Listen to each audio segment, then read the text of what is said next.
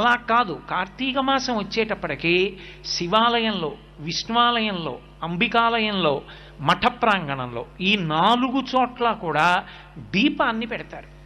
మీకు 12 నెలలు ఉన్నప్పటికీ కూడా 12 నెలలలో ఏ నెలలో పెట్టే దీపానికి కూడా ఆ నెలతో దీపం పేరు లేదు. ఏదో భాద్రపద దీపం, లేకపోతే ఆశ్వీజ దీపం, మార్గశిర దీపం అలా పేర్లు లేవు. ఒక్క కార్తీక మాసంలో పెట్టేటటువంటి దీపానికి మాత్రమే కార్తీక దీపము అని పేరు. ఏమి ఆ నెలలో పెట్టిన దీపానికి అంత పేరు ఎందుకు రావాలి? ఆ ఒక్క నెలలోనే దీపానికి అంత ప్రాముఖ్యత ఎక్కడుంది? యథార్థానికి పూజలో ప్రారంభంలో ఒక అంగంగా మనం దీపం వెలిగిస్తాం. కానీ కేరళ రాష్ట్రంలో ఇప్పటికీ ఒక అలవాటు ఉంది. దీపం ఒక్కదాన్ని వెలిగించి దాని మీదకి అన్నపూర్ణని ఆవాహన చేసి పూజ చేస్తారు అక్కడ. కానీ మన వైపు ఆ ఆచారం లేదు. దీపం ఎందుకు పెడతాం మనం పూజలో అంటే, ఉదయం 11 గంటలకి పూజ చేసిన దీపం పెడతాం, 12ంటికి పూజ చేసిన దీపం పెడతాం, సాయంకాలం 4 గంటలకి సత్యనారాయణ వ్రతం చేసుకుంటున్న దీపం పెడతాం. ఎందుకు అక్కడ దీపం లేదా, వెలుతురు లేదా? ఎందుకు దీపం పెట్టడం అంటే, దీపం పెట్టడం వెనక ఒక నిశ్చిత అభిప్రాయం ఉంది, ఒక ప్రధానమైన ఆచారం ఉంది. మనకి పరమేశ్వరుడు 5 జ్ఞానేంద్రియములను ఇచ్చాడు. కన్ను, చెవి, ముక్కు, నాలుక, చర్మము. సమస్త సుఖములు ఈ 5 మీదే ఆధారపడ్డాయి. నేను దాని గురించి పెద్ద వ్యాఖ్యానం చేయక్కర్లేదు. నేను ఒక్క మాట అంటాను, ఊహించండి. ఈశ్వరుడు కన్నిచ్చి చూపివ్వలేదు, చెవి ఇచ్చి వినికిడి శక్తి ఇవ్వలేదు, ముక్కిచ్చి వాసన చూసే శక్తి ఇవ్వలేదు, నాలుకకి రుచి చూసే శక్తి ఇవ్వలేదు, చర్మానికి స్పర్శ శక్తి ఇవ్వలేదు. సుఖమన్న మాట మీకేముంది చెప్పండి? సుఖము లేదు, దుఃఖము లేదు. జలపాతం ఉంది, మీరు చూస్తారా? వీణానాదం ఉంది, మీరు వింటారా? రామాయణం ఉంది, చదువుతారా? తిరుపతి లడ్డు ఉంది, మీరు తింటారా? కడుపున పుట్టిన కొడుకున్నాడు, మీరు పుత్రగాత్ర పరిశ్వంగం అనుభవించగలరా? దేవాలయ శిఖరాన్ని చూస్తారా? ఎందుకు ఇంకా మీకు ఏమిటి సుఖం? బ్రహ్మాండమునందున్న ఏ భోగస్థానము మీకు సుఖస్థానము కాదు. సుఖము కానప్పుడు దుఃఖము కాదు. ఇక మనిషి జీవితానికి సుఖము దుఃఖము అన్న 2 మాటలు లేవు. ఏమీ తెలియదు. పరమేశ్వరుడు ఈ 5 ఇంద్రియములను ఇచ్చి 5 ఇంద్రియములకు శక్తినిచ్చాడు. ఒక్క ఆత్మయే ఒక్కొక్క దాని మీద పడి ఒక్కొక్క శక్తినిస్తుంది. నానా ఛిద్రఘటోదర స్థిత మహాదీప ప్రభాభాస్వరం జ్ఞానం యస్య చక్షురాధికరణ ద్వారా బహిస్పందతే అంటారు శంకరాచార్యులు వారు దక్షిణామూర్తి స్తోత్రంలో. ఆత్మ కాంతి కంటి మీద పడి చూసే శక్తినిస్తుంది. కన్ను 5 ఇంద్రియములలో నాయకుడు. నయన నాయక. ముందు కన్ను లాగుతుంది, ఇంద్రియాలన్నీ టెడతాయి. కన్ను లేకపోతే 90% సుఖాలన్నీ చచ్చిపోయినట్టే. కన్నుంది కాబట్టే సుఖాలు, చాలా సుఖాలు. అటువంటి కంటిని నాకిచ్చి ఈ కంటితో నా కొడుకుని, నా కూతుర్ని, నా మనవల్ని, నా భార్యని, ఆ చెట్లని, పరమేశ్వర మూర్తిని, రామాయణ గ్రంథాన్ని, శ్లోకాల్ని చూసి పొంగిపోతున్నాను. ఇన్ని చూసి ఎంత పొంగిపోతున్నానో. ఈశ్వర, ఈ కన్ను ఇచ్చావు కాబట్టి నాకు ఇన్నున్నాయి.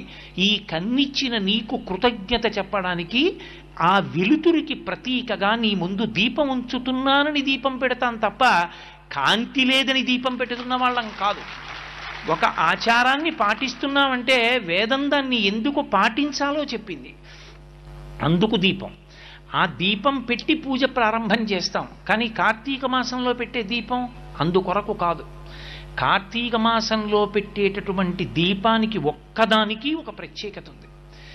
ఒకటి, ఆంతరమునందు ఉద్దీపనాన్ని పొందుతాడు, బాహ్యమునందు లోకోపకారం చేస్తాడు. ఎందుకని? ఈ ప్రపంచంలో పరమేశ్వరుడు ఒక్కొక్క దానికి ఒక్కొక్క విభూతినిచ్చి నువ్వు మాత్రమే అనుభవించు, ఇతరులకు చెందదు అన్నాడు. అది తానే అనుభవిస్తుంది.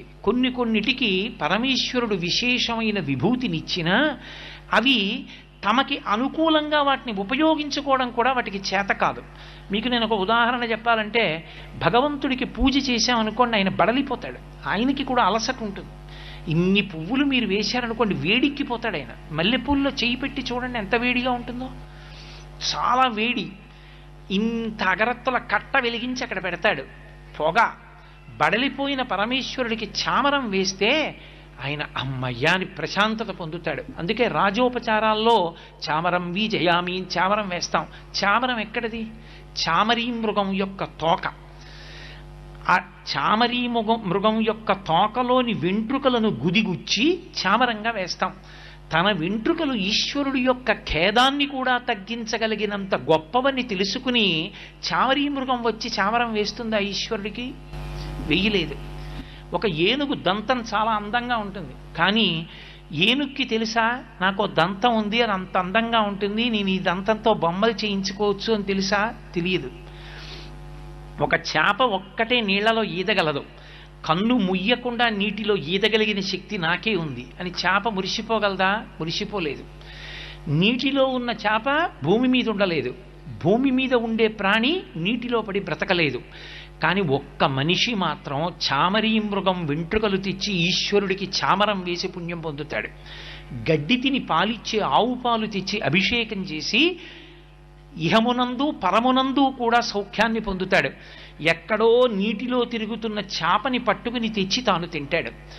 ఎక్కడో పక్షులు ఎగరవలసిన ఆకాశంలో తాను విమానం ఎక్కి ఆకాశంలో ఎగురుతున్నాడు. ఈ భూమి మీద వేగంగా వెళ్ళడానికి వీలైనటువంటి సాధనములను ఎక్కి తాను వెడుతున్నాడు. సింహాలు పెద్ద పులులు స్వేచ్ఛగా తిరుగుతుంటే తాను నిర్భయంగా ఉండడానికి బలిష్టమైన ఇనపబూచలతో కూడుకున్న వాహనం ఎక్కి స్వేచ్ఛగా విహరిస్తున్నటువంటి వాటిని అరణ్యంలో చూస్తున్నాడు. దేని విభూతిని అదే అనుభవిస్తుంది ప్రపంచంలో. అన్నిటి విభూతిని తానవిగా అనుభవించగలిగిన వాడు మనుష్యుడు ఒక్కడే. ఆ శక్తి ఈశ్వరుడు ఒక్క మనుష్యునికే ఇచ్చాడు, ఇంకెవ్వరికీ ఇవ్వలేదు. అన్నిటినీ నీవిగా అనుభవించగలవు. ఒక కుక్క ఉంది, రాత్రి తెలివిగా ఉండి ఎవరింట్లోకి అనుమానాస్పదంగా ఎవరు విడుతున్నా అరుస్తుంది కుక్క. దానికి విభూతి ఉందని తెలిసి నీ ఇంటికి తెచ్చి ఒక కుక్కని రాత్రి విడిచిపెట్టుకుని నిన్ను నువ్వు రక్షించుకుంటున్నావు పడుకొని. కానీ నీ దగ్గర బలవంతంగా గుప్పెడన్నం మాత్రం కుక్క తినలేదు. నీ గడప దాటి లోపలికి వస్తే కొడతావు. కుక్క శక్తిని నువ్వు వాడుకుంటావు. నెమలి అది పురి విప్పి ఆడితే ఎంతో సంతోషంగా ఉంటుంది. గబగబా కెమెరాలు పెట్టి ఫోటోలు తీసుకుని చూసి ఆనందిస్తారు. ఒక్కసారి మీకు ప్రవచనం వచ్చు కదా, ఓ శ్లోకం చెప్పండి అని నెమలి నన్ను అడగలేదు. నేను సమస్త భూతముల యొక్క విభూతిని నేను అనుభవిస్తాను, కానీ నాకున్న విభూతిని ఆ ప్రాణులు మాత్రం అనుభవిస్తాయని నమ్మకం ఏం లేదు. ఇన్ని ప్రాణుల యొక్క అనుగ్రహాన్ని నువ్వు పొందుతున్నావు. అందుకే అవి ఇంకా కొన్ని కోట్ల జన్మలెత్తితే తప్ప పొందలేని మనుష్య శరీరాన్ని నువ్వు పొంది ఉన్నావు. కాబట్టి నువ్వు ఇప్పుడు వాటికి ఉపకారం చెయ్యాలి. ఆ ఉపకారం చేసి సమస్త భూతములను తరింప చెయ్యగలిగిన శక్తి మనుష్య ప్రాణికి అనుగ్రహింపబడిన కాలం కార్తీక మాసం. అందుకే సూర్య భగవానుడు దూరంగా ఉంటాడు, వేడి తగ్గి ఉంటుంది. వేడి తగ్గి ఉన్న కారణం చేత చలికి చాలా జీవులు శరీరాలు విడిచిపెడతాయి. చలికి శరీరాలు విడిచిపెట్టకుండా నువ్వుల నూనెతో ఆవు నేతితో దీపం పెడతారు. ఈ రెండిటితోనే ఎందుకు పెట్టాలి? కార్తీక సోమవారం అండి, కార్తీక సోమవారం అండి అంటూ ఉంటారు. కార్తీక సోమవారం అండి, కార్తీక సోమవారం అండి అనడానికి కారణం ఏమిటంటే చంద్రుడు మొట్టమొదటి హోరలో ఉన్నటువంటి రోజున ప్రారంభమయ్యేటటువంటి రోజుకి సోమవారం అని పేరు. మనకి ఎప్పుడూ కూడా ఒక రోజులో 8 హోరలు 3 పర్యాయాలు తిరుగుతాయి. 3 8 24. మొట్టమొదటి హోర అన్నిటికన్నా ప్రారంభంలో ఉండేటటువంటి హోర సూర్యహోర, తర్వాత వచ్చేటటువంటిది శుక్రహోర, అలా తర్వాత వచ్చేటటువంటిది బుధహోర, తర్వాత వచ్చేటటువంటిది చంద్రహోర, తర్వాత శనిహోర, తర్వాత గురుహోర, తర్వాత కుజహోర. 7 హోరలు. అందుకే ఆ హోరలే 3 8 24 పూర్తి మళ్ళీ 25వ హోర వచ్చేటప్పటికి ఆ హోరతో ప్రారంభం అవుతుంది కాబట్టి ఆ పేరు. సోమవారం ఉందనుకోండి చంద్రహోరతో మొదలవుతుంది. చంద్రహోరతో మొదలవుతుంది కాబట్టి సోమవారము అని పిలుస్తుందండి. ఆదివారం ఉందనుకోండి సూర్యహోరతో ప్రారంభమవుతుంది. సూర్యహోరతో ప్రారంభం అవుతుంది కాబట్టి ఆ హోర ఆదివారము, భానువారము అని పిలుస్తాం. ఈ 8 3 8 24గా తిరిగి పూర్తయిపోతుంటాయి. అటువంటి రోజుల్లో సోమవారం నాడు చంద్రుడు మనఃకారకుడు. చంద్రమా మనసోజాతః అని పిలుస్తాం. మనకి వేదాంత శాస్త్రంలో ఒక మాట చెప్తారు, హృదయ స్పందనమే మనుష్య ప్రాణి యొక్క జీవనం. గుండె ఎంతసేపు కొట్టుకుంటూ ఉంటుందో అంతసేపు బ్రతికున్నాడంటారు. గుండె ఆగిపోయిందనుకోండి ఆయన వెళ్ళిపోయాడండి అంటారు. ఈ గుండె కొట్టుకోవడం అనేటటువంటి దానికి హృదయమునందు హృదయనాడి అనబడేటటువంటి నాడి ఉంటుంది. నాడి మీకు భౌతికంగా కంటికి కనపడేది కాదు, అది ఈశ్వర తేజస్సుని పొంది ఉంటుంది. దానికి అధిదేవత యమధర్మరాజు అన్నారు. ఆయన అనుగ్రహం అయిపోగానే హృదయనాడి మూసుకుపోతుంది. యమదంస్ట్ర బయటికి వచ్చిన కారణం చేత ఆ కాలంలో హృదయనాడి మూసే అధికారాన్ని ఎక్కువగా ఉంటుంది. యమధర్మరాజు గారు దేనికి ప్రీతి పొందుతాడంటే, నువ్వుల నూనె వలన నువ్వుల నూనెలో వెలుగుతున్న దీపపు ఒత్తి మించి వచ్చేటటువంటి పొగ వాసన చూస్తే హృదయ నాడి బలిష్టమవుతుంది. యమధర్మరాజు గారు ప్రీతి చెందుతాడు, ఆయక్కారకం అవుతుంది, హృదయ నాడి నిలబడుతుంది. ఆకారం ఉండదు. సాకారంచ నిరాకారం నిర్గుణంచ గుణాత్మకం తత్వం తత్పరమం బ్రహ్మ ఇది వేదాంత డిండిమహ అంటారు శంకరాచార్యులు వారు. వేదాంత డిండిమం చేస్తూ నిర్గుణం సగుణం అని రెండు రకాలు. నిర్గుణంలోకి వెళ్ళాలనుకున్నవాడు పరమ వైరాగ్యంలో ఉన్నవాడు వెడతాడు. సాకారమును ఉపాసన చేసేవాడు బాహ్య ప్రయోజనం కావాలనుకున్నవాడు మనసు నిలబెట్టాలి కాబట్టి ఒక ఆకారాన్ని పూజ చేస్తాడు. యథార్థమునకు అది ఒక కాంతి పుంజము. ఆ కాంతి పుంజమే దివ్యే దీపము, అదే ప్రకాశము. ఆ దీపమే పరమేశ్వర స్వరూపము. అందుకే దీపం గురించి చెప్తూ ఉపనిషత్తు ఒక మాట చెప్తుంది, ఆ దీపమే పరమేశ్వరుడు. నతత్ర సూర్యోభాతి నచంద్రతారకం నేమా విద్యుతో భాతి కుతోయమగ్ని త్వమేవ భాంతమనుభాతి సర్వం తస్య భాషా సర్వమిదం విభాతి అంటుంది. ఆయన ఉన్నాడే ఆ పరమేశ్వరుడు, ఆయన ఒక పెద్ద వెలుగు. ఆయన వెలుగు ముందు సూర్యచంద్రులు ప్రకాశించరు. ఎందుకని అంటే ఇక ఆ వెలుగు ముందు ఈ వెలుగులు పనిచెయ్యవు. కాబట్టి ఆయన ఒక్కడే ప్రకాశిస్తూ ఉంటాడు. ఆ ప్రకాశిస్తున్నటువంటి ఆ కాంతిపుంజం ఉన్నదే అదొక్కటే పరమేశ్వర స్వరూపం. పోతన గారు భాగవతం చేస్తూ అంటారు, లోకంబులు లోకేశులు లోకస్తులు తెగిన తుది అలోకంబకు పింజీకటి కావల యవ్వండేకాకృతి వెలుగు అతని నేసేవింతున్నంటారు. ఈ లోకాలు, ఈ లోకేశులు, ఈ లోకస్తులు వీళ్ళందరూ మహాప్రళయంలో పడిపోతే, నీటితో నిండిపోతే, కటిక చీకటి ఆవరిస్తే, సూర్యచంద్రుల యొక్క గమనం ఆగిపోతే, ఈ కటిక చీకటి ఆవల ఒక్కడు వెలిగిపోతూ ఉంటాడు.